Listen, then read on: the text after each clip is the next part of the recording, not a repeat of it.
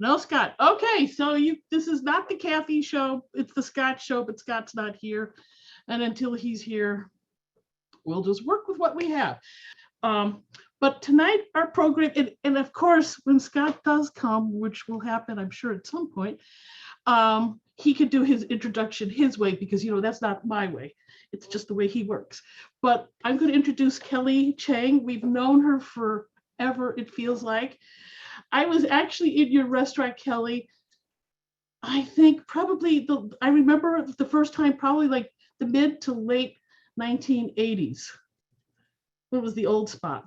And I was there with my cousin and another friend. We've been there supportive of you, I think, for at least, let's say, LTH forum-wise, like forever. Yes. You've been a great neighborhood restaurant, I think, from like practically the get-go. We were thrilled for you when you got your James Beard. The one you couldn't campaign for, you couldn't even begin to ask for because it was manna from heaven, that America's thing. That was so thrilled for you. Another place that we've been very supportive of was on 95th Street. Oh gosh. Never mind. I'm throwing myself off. So any case, Kelly Cheng, when I first knew you, you were going to go to law school. Yeah. And you got diverted. Very. Very, very, very diverted. And that's good because that happens with family businesses and stuff like that. I know because I've worked in one for years. So I'm going to spotlight you and turn it over to you. Okay. Well, hello, everybody. I am Kelly Cheng. I am the general manager here at Sun Wah BBQ. I have an official title, not that it means anything, because it basically means, oh, hey, Kel, the toilet's broken, go fix it. Or, oh, hey, Kel, we don't have enough food, go make some more because we need to sell it. My chef very humorously pointed out that the Chinese word for manager means it has to go through you. So that's why we have to call you for every single reason. It has to go through you. That's what your title means. It was a play on words. So that's where I sit now. I'm the one that everything has to go through me. But originally, the restaurant was started by my dad, and he had two partners in crime in front of the scenes that everybody knew about. And then, of course, he has my mom as his partner in crime behind the scenes. So a little bit about our family. And at this point, you guys should probably see my family. This is not the entire family, obviously, but on the upper left side, the gentleman there is our dad, Eric. He is one of those people you would hear about and then go, whoa, really?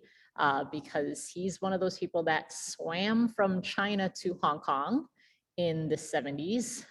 Plenty of people before him, and I'm sure there were plenty of people after him. But, as his children growing up, you heard, what would have happened if he got eaten by sharks? You guys wouldn't be here. But, that's what happens when you don't believe your dad when he's telling stories as a kid. So we,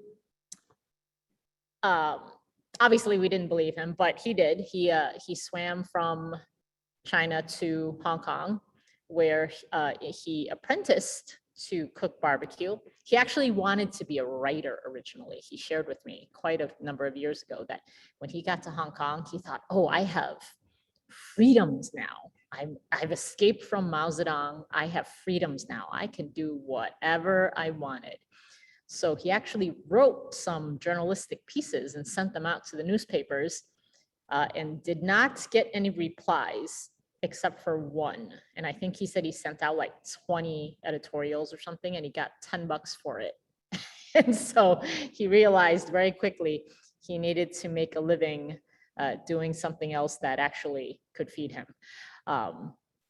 And so that's what he did. He went and got a job in a restaurant, and whoever was the first to take him in, it happened to be barbecue, and that's what he did. He learned the Hong Kong style barbecue.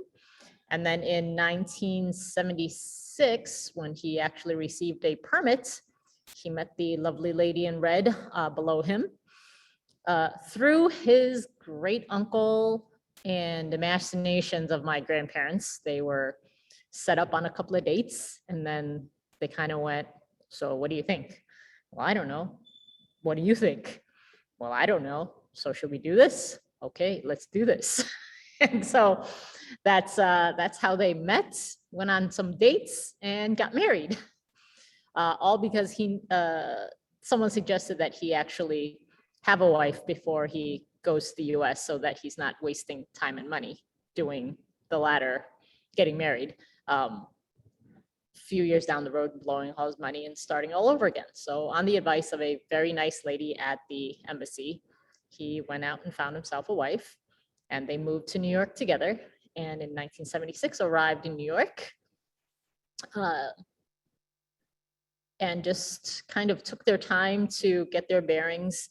He really didn't share in New York that he knew Hong Kong barbecue. He figured, okay, well, I have time, I'm gonna learn some English, hopefully broaden my education a little bit before I jump in there. But of course, good skills are never hidden for long. And so it didn't take him very long for his boss to realize that he knew what he was doing. And he landed his first job as an official barbecue master in New York. He opened his first restaurant in 1978, the year I was born, mostly because his boss wouldn't give him time off to take care of my mom after they had me. So he said, fine, I quit. And then he called up some friends, pulled money together, and they started their first restaurant. There's actually 4 of us in the family. Myself, I'm the oldest. Cindy, our other sister, is the second one, and she is not in the family business. She doesn't like restaurant life and family business. It's not that she's not part of the family. She just doesn't like to be told what to do by us, and which every family has one, so it was okay. The young man on the lower side, next to mom, there's Mike, our brother. And then of course, he was a Army vet. And he was with the engineering corps at Fort Leonard Wood in Missouri. He didn't like college. Mom gave him an ultimatum. You're either going to the Army or going to college. And at the time, he very stupidly told mom, fine, I'm going to the Army. But it turned out to be one of the better decisions for him. And so straightened himself out in terms of thinking. And so the Army gave him discipline that he didn't have before. And so that helped when he was also apprenticing with dad and his previous partners to learn the trade. And of course, the last person in the upper side is Laura, our youngest sister. Laura graduated top of her class from Kendall College with a culinary degree. And after some maneuvering by our dad, he really laid out a very convincing argument. And looking back, we were probably bamboozled by him more than convinced.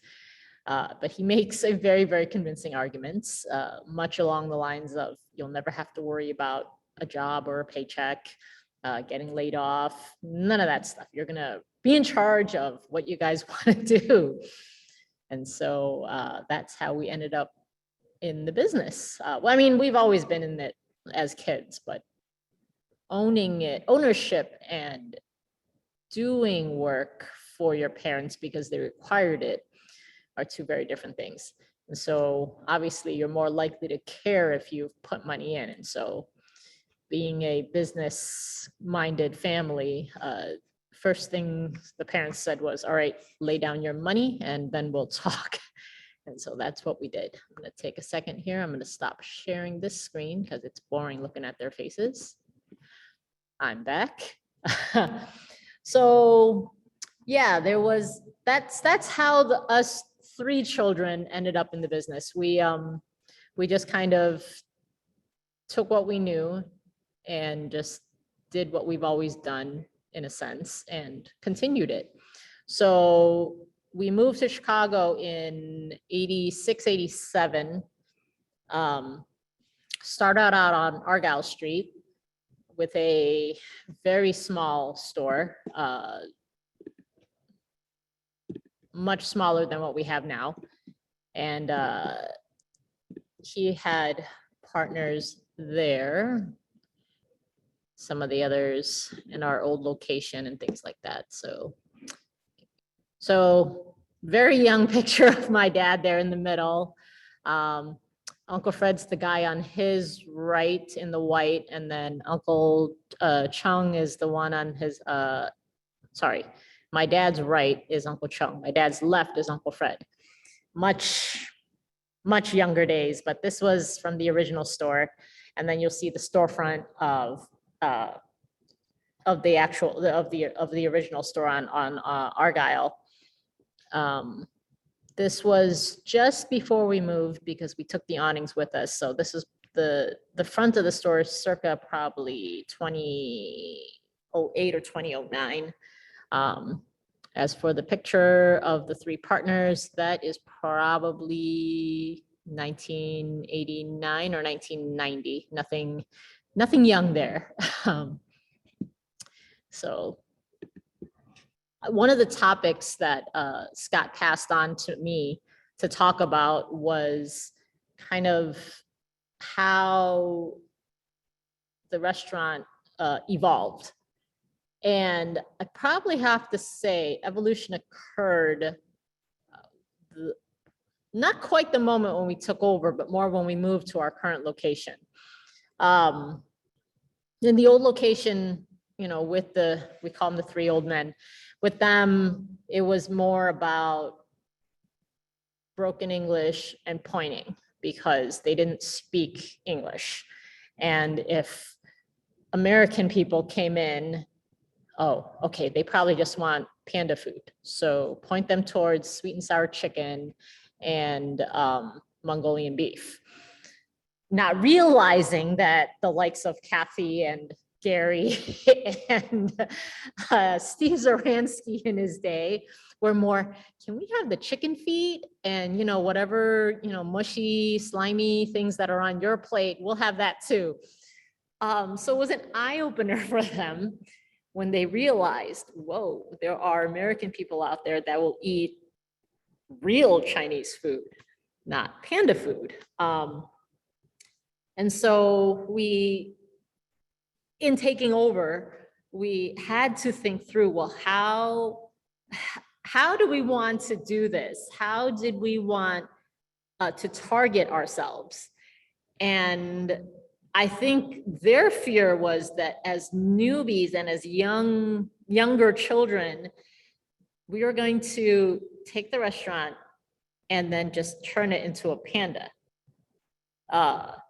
because it was easy. But I don't think they realized from the moment we said yes, we weren't going to. And it took them a couple of years to figure out, oh, no, these guys are really into the traditional stuff. Because for us, as the younger generation, we're what we're called ABCs, American-born Chinese. And there are lots of us, whether we're Korean or Japanese or Vietnamese or Filipino, we learned our ABCs first because we're born here. Technically, I didn't, but you know, we'll just go with it. Point being, of course, is we straddle between American culture, because that's what we grew up with, that's what we were taught, and our Chinese culture, our roots, because that's what our parents are trying to impart to us at home, at work. And so I had no problems as a suburban kid looking at a chicken with the head on, the feet on, all the skin on, versus my classmates who kind of looked at whole animal and go, wait, is that edible? Yes, it's edible. And so I think 10, even 12 years ago, it was a more, people wanted to be educated and needed that link for education so that they understood what they were eating. It wasn't so much that they were afraid of it anymore. it was more, well, they didn't know what they're eating because the older generation didn't know how to explain it to them. And so with that in mind, when we moved, a lot of Asians thought we got rid of all of our Asian customers, when actually, and this is where business school comes into play. I turned the small cookie into a big pie, and I just increased the number of people that were coming in the door. And I increased the amount of people that wanted to try our food. Like, I gave them that opportunity because we are now in a bigger space and we speak English now. And we updated things so that, like in the background you see behind me, our restaurant looks kind of a New York Soho, upscale-ish, but very casual place. And so instead of being a ghetto hole in the wall, we just became a nicer hole in the wall. That's how we were thinking 12 years ago. So between Laura and myself, when we set the menu, we just said, you know what, we're not doing much. We're just gonna take everything that we have and put it into a book where everyone can see everything that we offer, and we'll put pictures in there. And then, because at the time I was dating my now husband, who's very good with the camera and other IT stuff, we basically designed our own menu where he took the pictures. They were very beautifully taken, and the food itself, it wasn't stock photo. So the menu would appeal to Americans. And so now the Asians absolutely thought, oh no, they've completely gentrified themselves. And then we would get in all those younger generation kids that were like ourselves, the ABCs. Hey, mommy, daddy, grandma, grandpa, we found this really awesome place. And they serve Peking duck. I'm gonna take you there. So we would get people like that come in, all excited to show off this shiny new restaurant to their older generation family. And suddenly the grandparents and the parents are saying hi to our dad, sitting in the background. Wait, you know these people? Yes, we used to take you to their restaurant when they were around the corner. Wait, that ghetto place around on Argyle? Yeah. Oh, no wonder the food's so good. It's exactly as we remembered.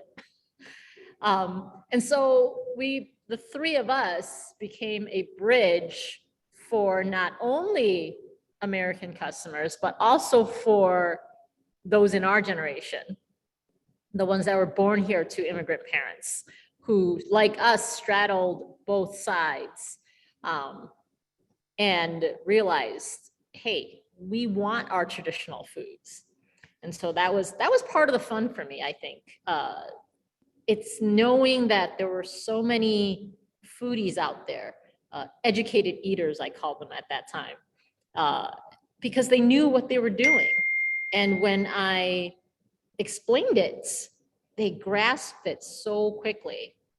And the best instance of it, obviously, is our most famous, not on the menu item, Beijing duck dinner. Now, I did use the term Peking duck 2 minutes ago because that's what customers tend to call it.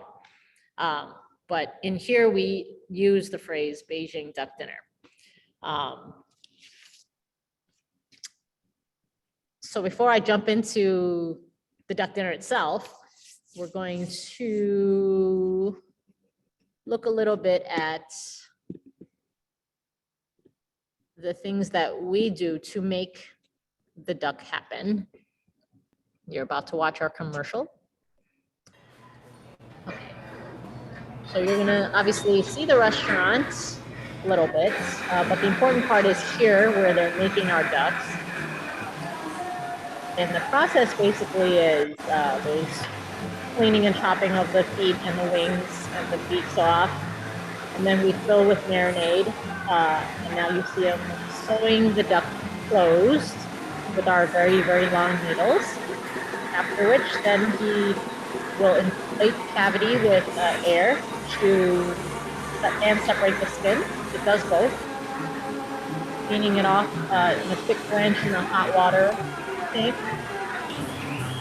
Roll it in the glaze Then we hang it out to dry before they're cooked. The ovens are usually around 500. It takes us about 45 to 50 minutes. That's magic of TV. Within 2 seconds, you see cooked food.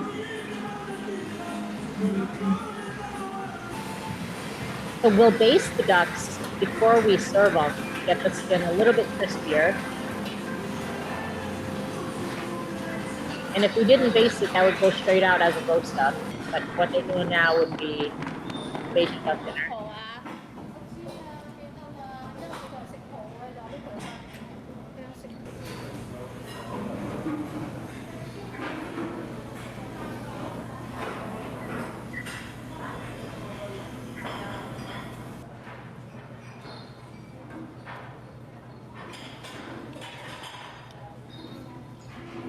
You guys are not hungry.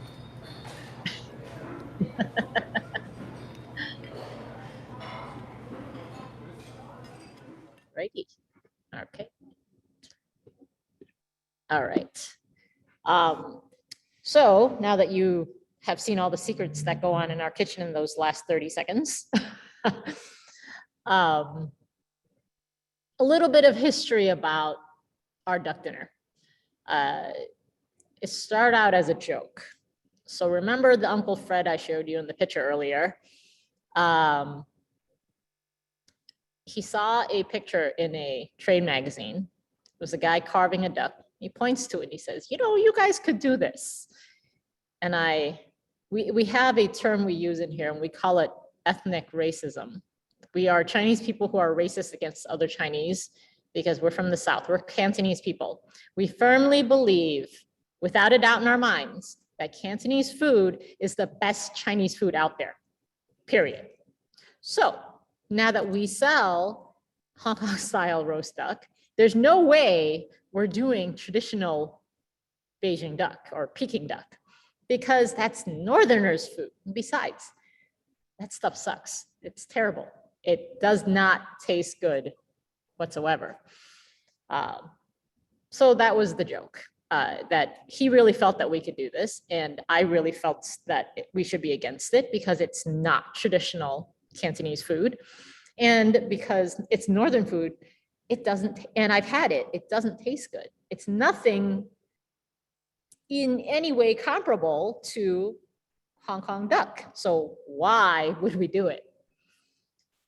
But it left a little worm in my brain that nagged at me all day. And so in the car on the drive home with Laura and Mike, this was a 30-minute car ride, okay? It didn't take us long to break into it. And I said, well, what do you guys think? And our conversation became a dare. Well, if you'll sell it, I'll make it. Well, if you carve it and think of all the food that could go with it, I'll sell it. Well, fine then, fine. So what are we doing? Well, let's just talk to Dad when we get home. And so the moment we stepped in the house, we said, hey, Daddy, we're gonna proposition you right now. He's like, well, how much are you selling me for? We said, well, remember that joke that Uncle Fred made?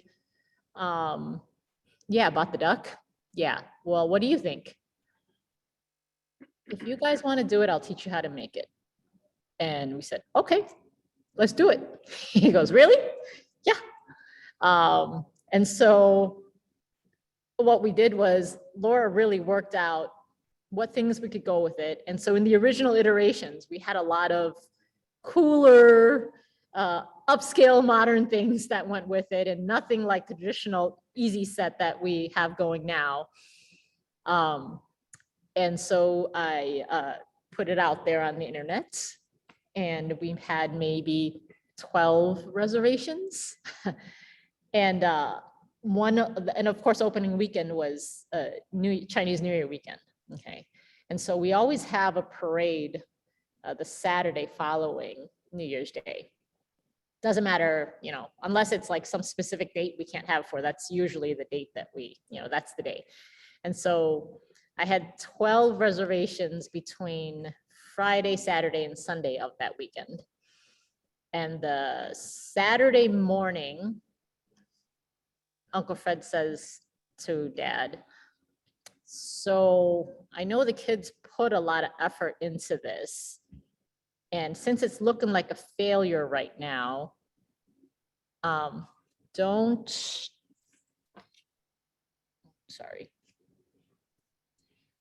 sorry, my daughter interrupted me. Don't discourage them because, you know, we want them to take over the business, but just because this idea failed doesn't mean that, you know, we should discourage them from thinking up other new ideas, right? So like usual, that tiny dining room filled up with people that were coming in from the parade. And we happen to have 2 reservations for the duck dinner. And now I've got a room full of people. There's probably like 80 people in the room. And they see my tiny little sister, one hand hefting this huge tray loaded with stuff, and the other hand carrying a tray jack, and walking towards this reservation to cut their duck. And suddenly people are, ooh, what's that? Can we have that? So we sold out all the ducks that we prepared for all the reservations that were left that weekend in the traditional way. And it was only about 2 hours after Uncle Fred said, you know, what he did to my dad. And he pretty much ate his words and said, don't tell the kids I ever said this because I don't want them to think I thought they were failures.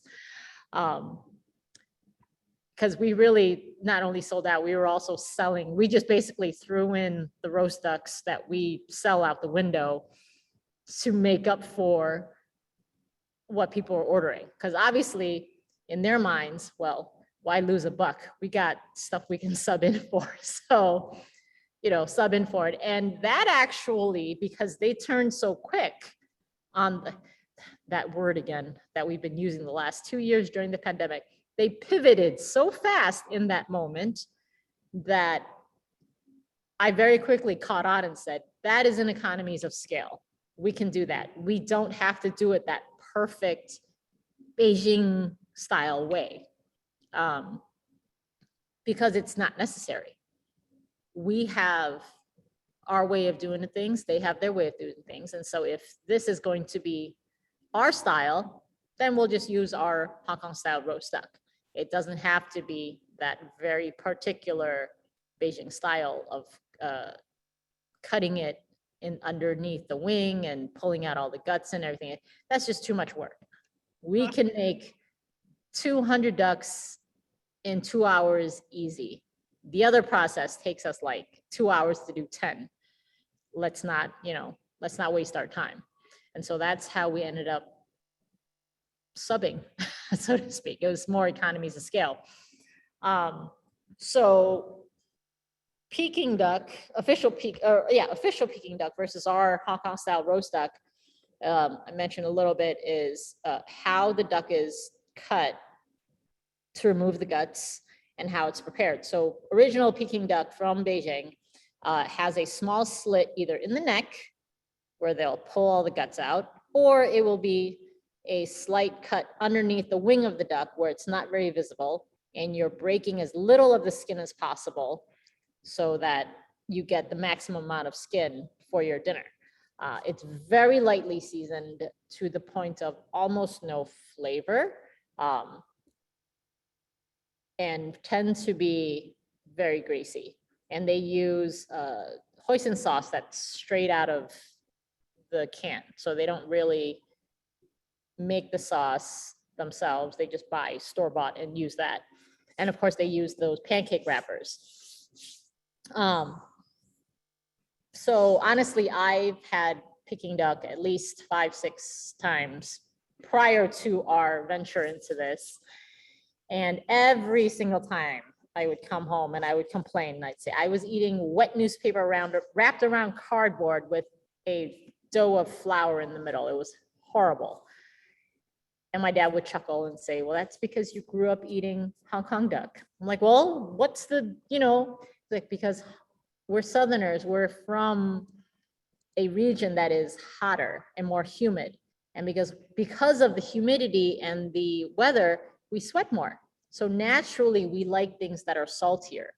So when especially barbecue folks are cooking, we tend to put a lot more salt in our food. And that's why you really feel like our Hong Kong style duck tastes so much better, because the seasoning and the flavor is heavier. So obviously we use garlic bean paste sauce, 5-spice, salt, sugar, bit of MSG. The MSG is to act as a flavor enhancer to pull out all the natural stuff we already used and the natural flavor in the duck. We don't use it as a replacement for the salt. And so because we heavily season, it makes the duck taste that much better. And we discovered here in the Midwest that we like the flavor of fat on our palates, but we don't like to taste it. Like we don't like to actually bite into something and have a mouthful of grease. So that was the second point that we realized. Well, our duck will do that much better, because having been with Culver Duck Farms for a number of years at that point, they were already breeding the ducks to where they were 60% leaner than a lot of other ducks out there. And by that time, all of our customers love our duck because it wasn't fatty. They could taste it in the meat, but they weren't getting a mouthful of oil. And of course, back to the whole glob of flour, this is a reason why Cantonese food is the best Chinese food. We don't do things halfway. Sauce does not come out of a can. We take that sauce out of the can, and my dad's teacher taught him this, who then came to visit us when we moved to the new store and taught Laura. And we doctor that sauce. So it comes straight from the can, but we add soup stock, we add more sugar, we add oyster sauce, we add garlic, we add shallots. We have a whole bucket full of stuff that goes into the sauce to turn it into what you guys actually eat. And so there's just no way that, in terms of hitting all the foodie people that's sitting out here in front of me now listening to me yabber, that you guys are going to say no to this. And so again, straddling the two cultures, knowing what we could do and knowing what Americans really are looking for and what they want, we didn't have to become Panda. We just basically use the duck to sucker you guys in and then say, this is real food, come and have some. And so it's not exactly how it works, I'm kidding, but you know, it gets people in the door and it makes people realize, oh, there is really a cuisine out there that is different. And why do I like it so much? One other reason I found over the years too is we're very much into comfort food. And so our food is basically what you would find if you came over to our house and mom was cooking. Obviously, some of the techniques are more refined and require a massive kitchen, but some of the more simple things, dad doesn't cook at home. Mommy makes sure of that. He does not cook at home. He's a slob in the kitchen at home. He'll cook, but everything's a mess. So she doesn't let him cook in the kitchen. But growing up, it was always mom or grandma who cooked. And so for us, eating at the restaurant, we try to gear the food more towards what mom and grandma would have cooked. And dad will too. So he cooks more village style foods. And so that's more like a comfort food for a lot of people. And so that's where we've ended up today. And then a quick history lesson about why we use Beijing duck dinner versus Peking duck. Again, back to that, we've updated this dish and we're, in a sense, claiming the updated version as our own. So we wanted to distinguish ourselves from what people know. So we've already substituted duck. We've already upgraded the sauce. Certainly don't use the pancakes because we found those delicious fluffy little buttons. And so the name was a stickler for me. And I think it had very much to do with what I was taught in school and my personal preference. So the word Peking is the official name of the capital of China under Wei Jiao's form of spelling. Nothing wrong with it, but since the national dialect of China now is Mandarin, and they use a phonetic system called Pinyin, and the correct spelling now of the capital of China is Beijing, I decided that why not keep up with the times? Why do we have to stay in that old colonial era of using Wei Jiao's form? And we would use Beijing Duck dinner as the set for the name of this item. That is not on the menu. That is our, I swear that is, I've had it on the menu maybe 3 or 4 months during COVID, and that was it. And then I took it right off as soon as the dining room reopened. I didn't want that on the menu specifically. So that's where we are. Now that we've talked about or touched on COVID a little bit, I think COVID, the pandemic was challenging more for us mentally. We realized very quickly and early that we had a lot of fans and they got tired of cooking very quickly because to cook 7 days a week, 3 meals a day at home is a huge toll. And so when we ordered, when people realized that we were open and available for ordering, people called and said, we want food, let us in. And so it was nice to know that we had a lot of fans. And most of my time during COVID was spent between learning how to refine certain things and then learning how to make buns. I have a bunch of COVID food babies, just like everybody else. Buns are on the menu. We tried to up our game and figure out some dessert items. But a good chunk of that time was also devoted to being on Facebook, which I hate, to let everybody on our platform know when we could do food drops, when they could come and order turkey, when they needed to order all their stuff for Christmas by, which will again happen shortly from today's date because we're upon that season now. But I think in terms of the pandemic itself, our restaurant was very fortunate. We had an apocalypse plan. So between me and Dad, our apocalypse plan was we'd get a zoning change and we would gobble up the space you see behind me.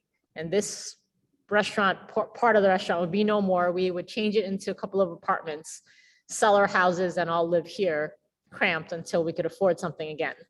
And that was the apocalypse scenario. There was no way we were going to close our restaurant unless the apocalypse happened. So we thought very forward thinking. Fortunately, we are very conservative all the time. So we talked to the staff, we very open. We told them, listen, we have no idea what's going to happen. We have no idea what's going on. So as much as we don't want to close, we're going to close for a little bit. And then you guys tell us, if you can work, can't work, scared to work, we keep a line of communication open. And the staff were very good about it. We did part-time for a while. And then as we were able to open back up, pulled people back in. Even the servers, we told them, hey, it's holiday, come answer the phones. At least you're making a few bucks. Help us pack food.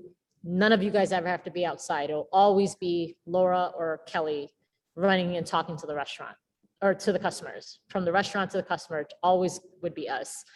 And we never enforced where, the staff had to interact with any of the customers because we understood that there was a fear there. They didn't know what was going on. There's no vaccine at the time. So that was a big deal for them. And so because of all these precautions and forward thinking that we had, we probably kept about 80%, 85% of our staff. And so we haven't had as horrible a staffing situation as some of our other friends in the trade. So that really helped. But the pandemic has definitely brought out racism that I've never seen before. Focus, mental stability. I've definitely had a couple of nervous breakdowns in the last couple of years that were more massive than my normal ones. And Grubhub. Grubhub was a big pain in the butt. Uber Eats, Postmates, they all got smart after a while. So if they send their drivers, we're happy to take their order. Most of those drivers know, and so they wait, and they were okay with that. But Grubhub seems to be the one that is very ferocious and very like that dog on a bone. And we have told them many, many times that we don't take their orders. We're not on their platform. And I actually finally gave up and put a post out there on Facebook that said, we are not in any way, shape, or form affiliated with Grubhub. And so if you have problems, talk to Grubhub. Don't call us to complain and ask about your order because we have no clue. In the beginning, because of the pandemic, we didn't know any better. We didn't ever officially sign a contract with them. And so we would take a lot of these orders over the phone. But then we discovered that if they were in a time crunch, the driver would cancel the order and never come pick up. So we would have food sitting here at the end of the day because those drivers didn't pick up the orders because they were in a time crunch. So after a couple of days of that, we're like, well, that's wasting food. So no more Uber Eats order on the phone, no more Postmates, no more Grubhub on the phone. And so we've still held firm to that, to the point where we're yelling at Grubhub callers and drivers. Like they have a call center. So we don't, we're not very polite with them anymore. Some of the drivers we've made friends with, and so they know. And if we tell them it's going to be a long time, they'll either wait or they'll cancel the order and they'll let the customer know. So that's how we've been dealing with a lot of that. I know I'm close on time. So if Kathy. Not in my book. But Oh, by okay. the way, you can order duck off the menu. Yes, you can. You can order. I think I saw a comment below that, you know, if it's not on the menu, how can I order it? The big elephant in the room. So we actually, if you're in the restaurant, there's a picture of it. And this is the one place we're very subtle about it. There's a picture in a picture frame hanging. And for some of you who've been coming to the old store, we used to have those paper plates written by hand in Chinese and English on the wall. Well, we tried replacing those, then we ran out of the plates that we used to use. They don't make those plates anymore. And so my husband, in his ever endearing way to improve us, took over that little job and printed out big, like 18 by 10 or whatever photographs and framed them. And so now, instead of horrible handwriting on plates, drove him crazy. And I even swapped to printed on the printer Chinese and English plates for a while. He didn't like that either. So he's got what we call a hidden Mickey. He's got a picture of the Beijing Duck dinner in the upper corner in the glass window that looks into the front kitchen. So if ever in doubt, just walk up to the window, pull the server with you and point. They all speak English now, but if you're feeling nostalgic, pull them over and point at the picture. He actually has Beijing Duck dinner printed on the photo with the food. You know, I don't know the timeline of Mhm. when you decided to go and get the new building and take Mhm. that over. But one of the things that, let's say, we in the foodie community in Chicago noticed was you were very engaging on social media. You know, Yes. you may say you hate Facebook, but you know, I wasn't at Facebook at the time, but you know, Mhm. you would jump onto like LTH Forum, which is a food Yes. chat website. And I remember the time when you translated a menu Yes. for myself and a few others that you didn't have to do, you didn't have to So acknowledge. I had nothing better to do that night. And those are the things that intrigue me. So like, I look for those kinds of interactions um, online. Like when social media blew up, to be honest, in my book, social media at the time was LTH Forum. Um, I mean, here was a built-in site for me to, one, in a sense, interact with people who are educated eaters, who do know what they're eating, who do want to learn about my food and my culture. And I can very easily slip in, hey, we're doing this, you guys want to come? I was always very good about, and politely asking like Gary or Steve or Alan or Ronnie, people who ran the site, hey, can I post this first? You know, can I, whatever? And they said, yeah, sure, make a new link. Okay. You know, and then that's where we garnered attention. I like interactions like that. Facebook, I feel, is a little bit more impersonal, but useful, especially in today's market, so to speak, because I can reach more people better, but I didn't have that interaction. And Facebook allowed people to hide behind uh, their username or whatever you want to call it, avatar, and they can complain, they can, you know, talk about things that were pointless, they can bring out other comments that were not worthy of my attention, so to speak. But I remember the menu that you did was a Chinese New Year menu. I And do that. that was the one Actually, you trained. Now you do a Chinese New Year I dinner. do. Well, it's your fault that I do that now.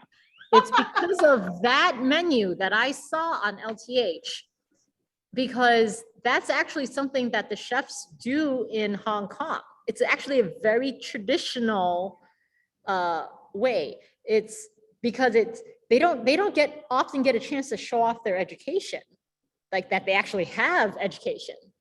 And so they create very melodic musical names, and you really do have to use, based on what the words are and your knowledge of that word and the homonym of it, to represent what it is you're eating. I mean, you really have to think about it in order to know what you're eating. And so translating the words directly and then letting you guys know this is the meaning and this is what you're actually eating, that's what's fun for me. Do you think as an ABC, you know, one of the things I've had this happen at Lao Szechuan, let's put it that way, where we ordered something and they would go, that's not for you. My approach to these situations is, you're right, it might not be for me, but I will pay for it and I'll take it with me. I'm not going to criticize you because it's my risk whether or not I like it. But at other Chinese restaurants, and I heard about this from a woman whose job is this. She's an American who lives in China, who interviews chefs, Chinese chefs in the United States, and then writes articles for a Chinese audience back in China. This was about 10 years ago. And she said the big thing was they didn't like to lose money and they didn't like to lose face. And that's Yes. why they would recommend to you not to eat certain things. Yes, that's probably true. And I think, see, this is where I would differ. So that person is what I would probably say. They have a FOB mentality, a fresh off the boat mentality. So somebody who is an immigrant here that grew up partially, at least, as immersed enough in the American culture to understand it, but doesn't have what I would say a natural instinct of someone born here.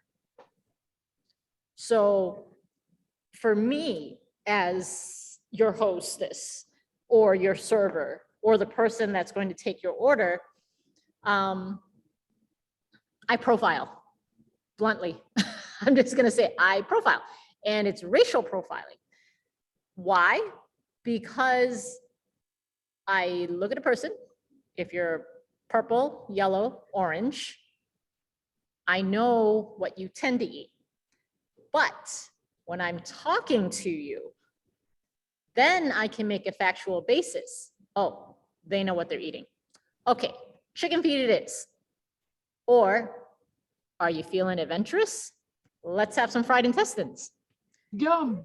Yes, but if I'm getting the vibe that, I don't know, they're being very picky, then I know panda food. I love that panda. By the way, just want you to know, there's some confusion. The Beijing duck is on your menu. Yes or no? There is a version out there, paper version of the menu out there, that if you printed it out when I had it on that version, if you printed that version out, then yes, officially it is out there.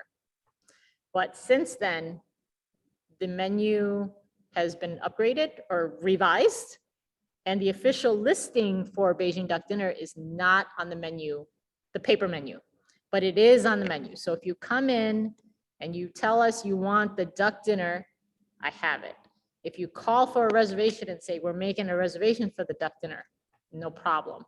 All you have to do is say, I want the duck, and 90% of the time we don't miss, and we go, okay, no problem. So somebody asked, what is the problem with having the duck dinner on the menu?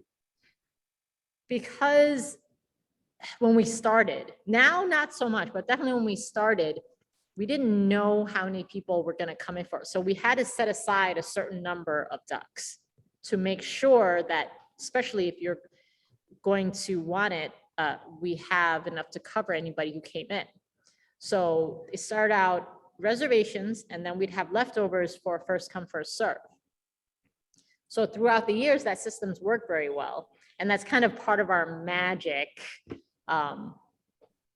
The reason we want that reservation is, and this was a learning curve because I went from a 3,000 square foot entire restaurant to a 10,000 square foot entire restaurant, okay? If I know you're coming, I can prepare for you. Then that's fair. But because I've called you like as I'm about to go, and I've gotten the duck. Yeah.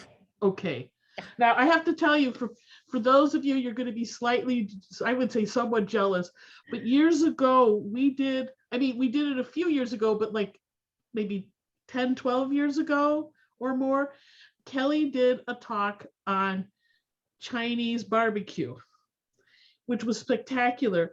And I made sure that there was a duck for every 2 people. Which everybody enjoyed, but I got the feedback was, we love duck, but even that's a lot of duck. Yeah, we did some crazy things back in the day. Yeah, but you know what? It's still delicious. Yes, it's still delicious. People, do you have more questions you want to put into the chat, or perhaps? But yeah, no, but I felt things began to change really with your use of the social media.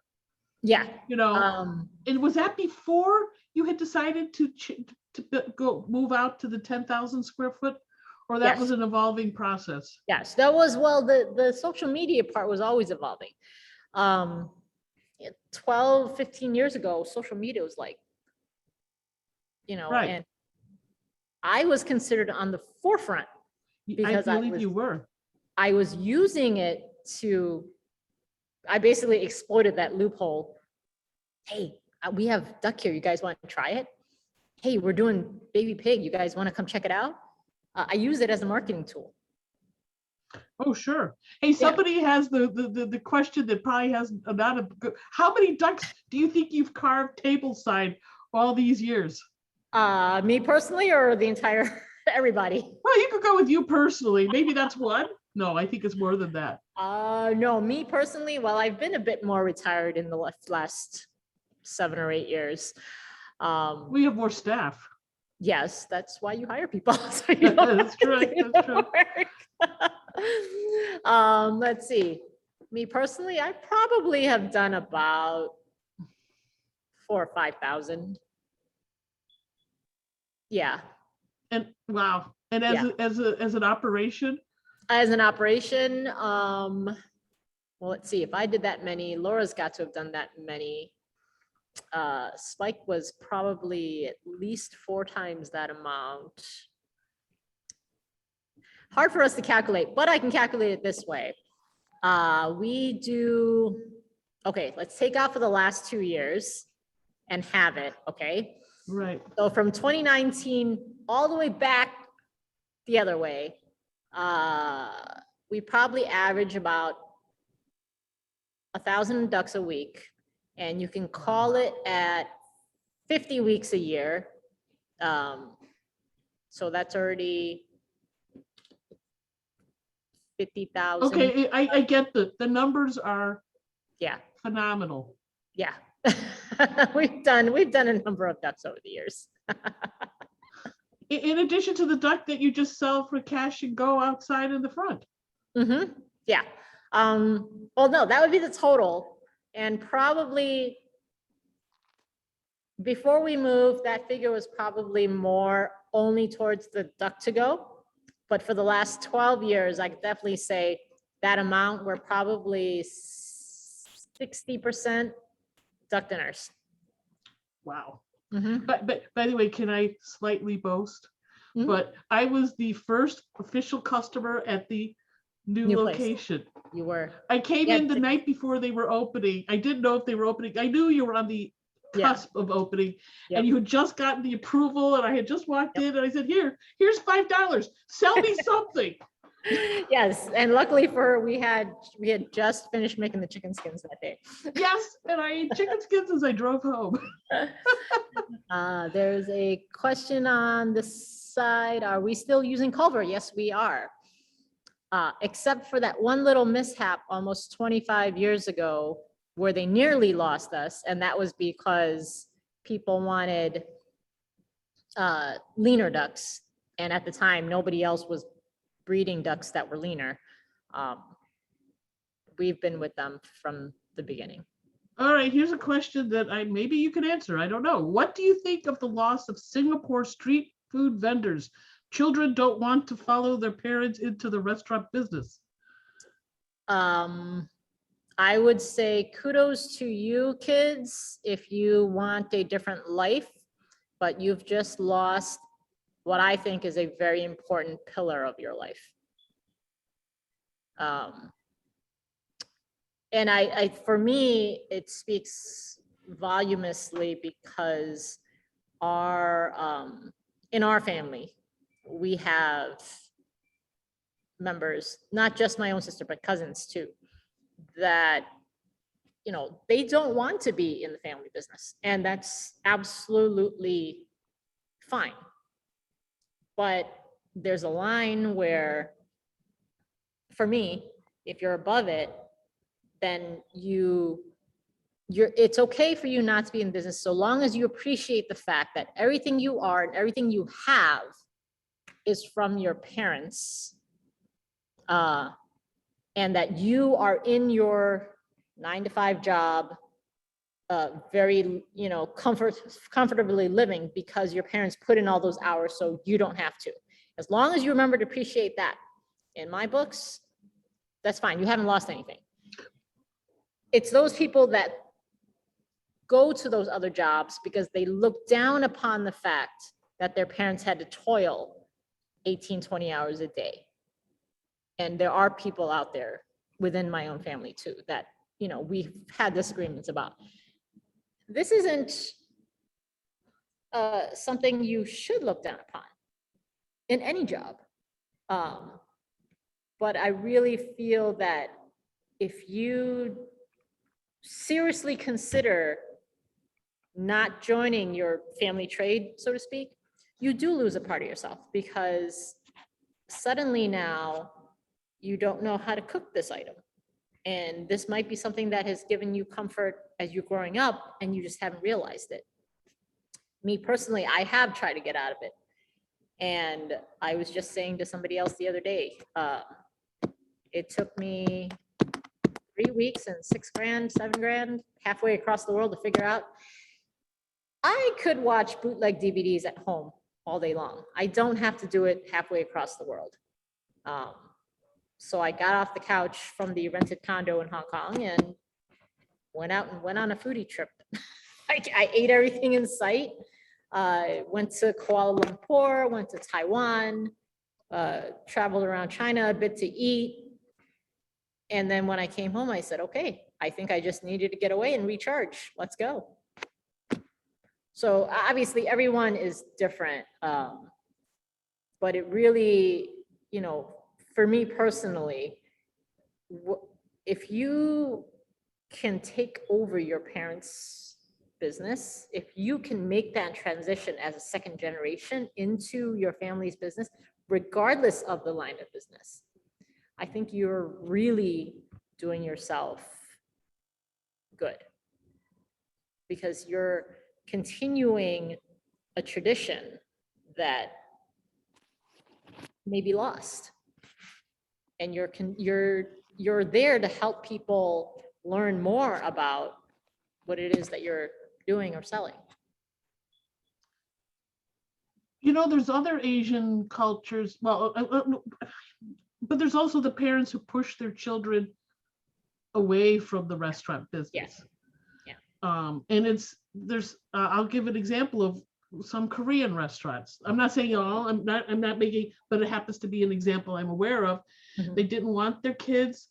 They wanted to be doctor or lawyer or whatever.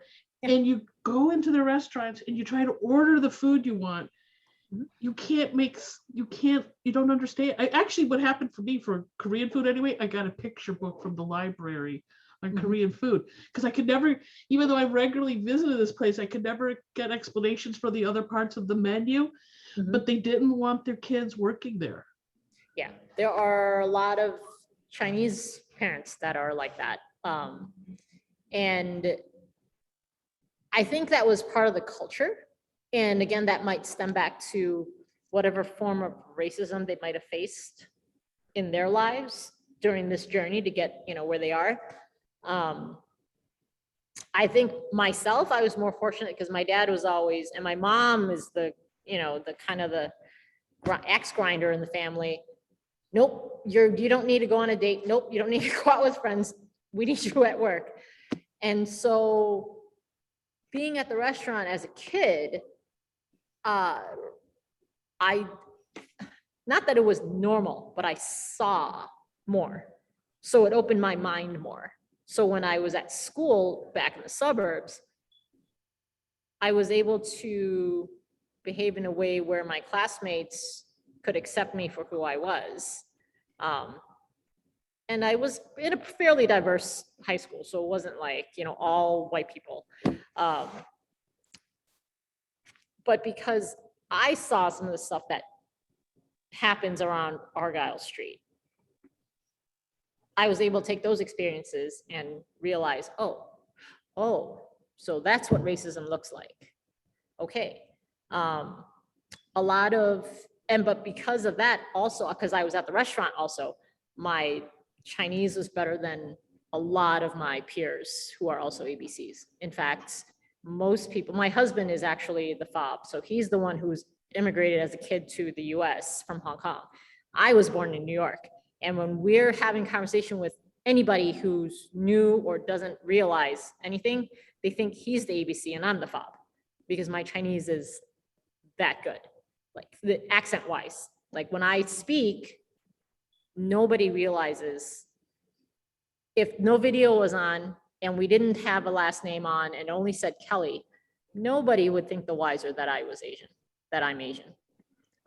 When I'm speaking Chinese, nobody would guess the wiser that I was born in New York. I only give myself away when I speak Mandarin because I have Cantonese accent. So, I think because some of my friends' parents were always, oh no, we have to fit in, because they didn't have the same experiences that my dad did or I did. And so they always felt like they had to fit in. So they pushed their kids away from our natural culture, and they pushed their kids into being a doctor, engineer, accountant, whatever. Because I'm finding though that they're regretting it, because now 25, 30 years later, after we're all out of high school, it's not my peers I'm talking to. They're the ones saying, I wish I learned more when I was younger. My parents never made me go to Chinese school. And the parents are always now talking to me, how is it that your Chinese was so good? You guys went to the same school. How come your Chinese is so much better? I always joke, I watch a lot of TV. Like I watched a lot of Chinese dramas growing up, and I leave it at that, so. Do you think your kids will go into the business? I hope. Right now, I've already exposed them to working. They've been sneaking up here. I made my husband help me watch the store tonight so that I could do this Zoom. And the kids are with him downstairs, and they've been, so, I think more, I want them to have the same experiences that I did, that it's not all in the box of their, suburban school. I firmly believe in the public schools of the suburbs are better. So that's why I live there. And that's why I send my kids to school there. But do I also think that that's all that is in life? No. They're going to be the dumbest suburban kids ever if I never took them out of that box. And so at 9 and 7 years old now, Morgan, my oldest, she's 9, she'll stand in the kitchen and very subconsciously, the staff are, ooh, the mom center, she's watching. My younger daughter, Madison, she's more all over the place, I think, because she's also younger. When she feels like it, she'll go and clear out all the bills from the computer system. When she doesn't feel like it, she'll go and collect your money for your credit card. She'll run all the credit cards. Yes, and when I'm hosting and she's not doing anything, I tell her, here, take these guys to that table, and I tell her exactly where to go, and she's probably 90% no problem. Wow. Now I know Thursday is your traditional day for your day off. It's Thursday still, right? Thursday still, yep. I only say that in case people are inspired and want to go tomorrow. No, don't come tomorrow. Tomorrow's a bad day. Because you won't be there, nor will the place be open. No, yes, you will be trying to break the door down. By the way, Natasha said, she said, thanks, Kelly. I'm half Japanese. Mom worked in the restaurant business and owned her own restaurant for 5 years. I grew up in restaurants. I so enjoyed hearing the story of Sun Wah. Thank you so much. You're so welcome. And I think she summed it up for everybody. Yes, thank you guys. Thank you. Oh, no, it's an endless pleasure. Endless pleasure. Anybody, any more questions? Okay, if not, you go back to your life. Yes, I Poor gotta Scott, go. We haven't burned the place down downstairs. Have time. And thanks again. And Kelly, always a pleasure. I'll see you soon. Okay, bye Thanks, guys. everybody. Bye-bye.